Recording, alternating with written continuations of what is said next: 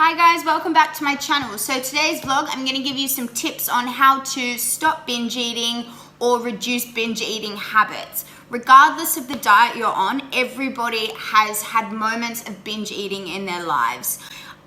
In this vlog, am not here to push ketogenic diet upon you, but I am here to give you some tips that may help you regardless of whichever diet you're on. Usually binge eating is a result of a calorie deficit, so if you're not eating enough or you're not getting enough calories in your day, that often leads to a binge episode, I guess you could say.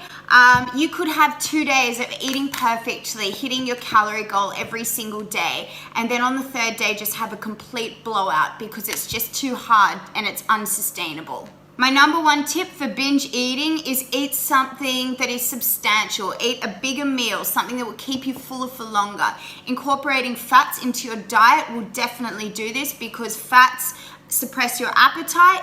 Again, not trying to sell the diet, but as somebody on the ketogenic diet, I eat probably 2 meals a day, sometimes 3. I'll have my first meal at midday and I'm never ever hungry. I'm full and completely satisfied. With incorporating more fat into your diet, you don't have to go full ketogenic extremist by adding oils to absolutely everything. It could be just as simple as incorporating nuts, avocado, and some olive oil to your dressing and your salad and things like that. And I promise you that you will notice a difference with your appetite. My second tip is to drink more water. So often I find if I have a big drink of water before a meal, I will then eat less in the mealtime, and it's because I'm often thirsty, dehydrated rather than actually hungry, so it will kind of fill my stomach a little bit before I do begin to eat. I drink roughly around 4 liters of water a day, and I genuinely do believe this has something to do with my appetite suppression.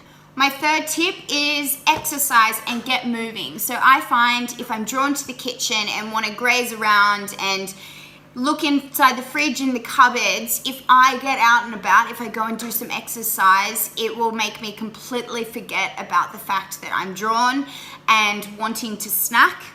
My fourth point is plan your meals. So when you're out and about, you're not stuck, you're not hungry, and you're not going to snack on things that are unhealthy or just readily available. You have more time to plan and make better, more informed decisions of what's actually going into your body. And with planning the meals, also meal times are really important. So if you know that you're going to be out all day and you're not going to have access to anything healthy or anything that fits your diet, fits your macros, I suggest having a big meal before you go or having something substantial that will keep you fuller for longer. Again, incorporating fats will help this. Tip number 5 is reduce snacking or limit snacking. I find often when people begin to snack, they don't stop. So this takes me back to the more fats in your meals. Try and put as many calories into these meals as possible. Try and get all of your macros within these meal times, just so you're not wanting to snack, you're not hungry to snack. Snacking is actually quite dangerous because that's essentially binge eating. You just can't stop.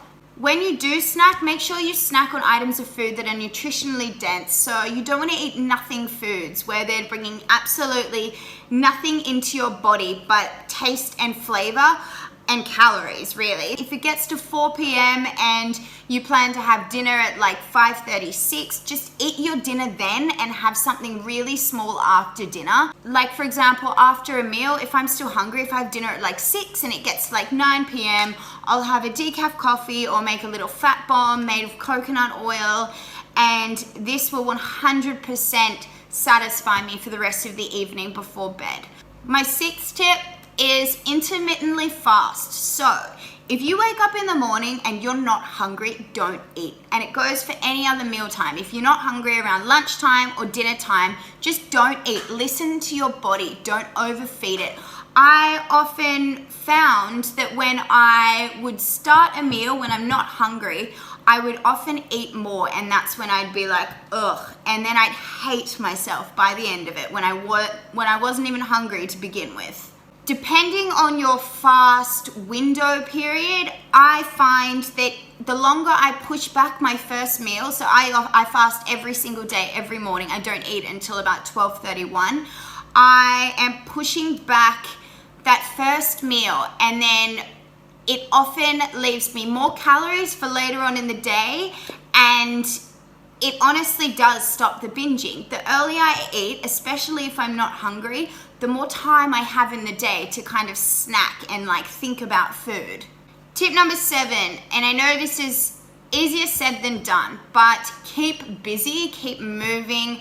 I know this is really difficult for those working office jobs or working a job where they are stationary and aren't really busy. They're essentially bored. Eating out of boredom is one of the main contributors to binge eating. So it's just kind of getting your mind, distracting your mind and occupying it with something else. Tip number 8, ditch the cheat days. So I find when somebody is looking forward to a cheat day, whether it's once a week or twice a week or whatever, they just go to town. I've watched so many videos on YouTube, and yeah, I love watching them. They're great. They're really funny.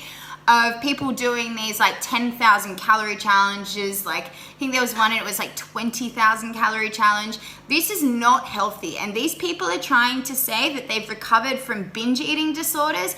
That is binge eating. That is disgusting. That is mistreating your body. So when you are so full, you're pushing yourself just to get to a goal for a video or whatever. That is just, I just don't agree with that at all. But again, I watch them, so I'm supporting them. But yeah, I would not recommend this at all. It's really unhealthy. So yeah, I would just restrict the cheat days and stop telling yourself that it is a cheat day or it is a cheat meal, so you're gonna go to town, because that's a cycle. You're just gonna wake up the next day and feel horrible. It's a vicious cycle. Tip number 9, don't overtrain. I find that when people calorie restrict and overtrain, their bodies are just gonna crave the sugar especially, and that's when you do have the blowouts. That's when you do have the binge episodes. It's a constant cycle, a really vicious cycle, and overall, it is restriction, binge eating, guilt. So, and that just goes round and round and round. You can have, like I said before, a couple of days where you think your macros, your calories are perfect and you're feeling really good about yourself, but all it takes in those situations is having a bad day, emotional eating or eating for whichever purpose. It's just really difficult to sustain a diet like that, which is why incorporating fats and starting a diet like the ketogenic diet is so amazing. I know I said I wouldn't preach the ketogenic diet, but appetite suppression cures binge eating disorders. And my sister Hel, she is the first person to admit that. She was a chronic binge eater, and now she is able to manage what goes into her body. She's never hungry. She's making more informed decisions, and she's able to plan what is on her plate and what's going into her body.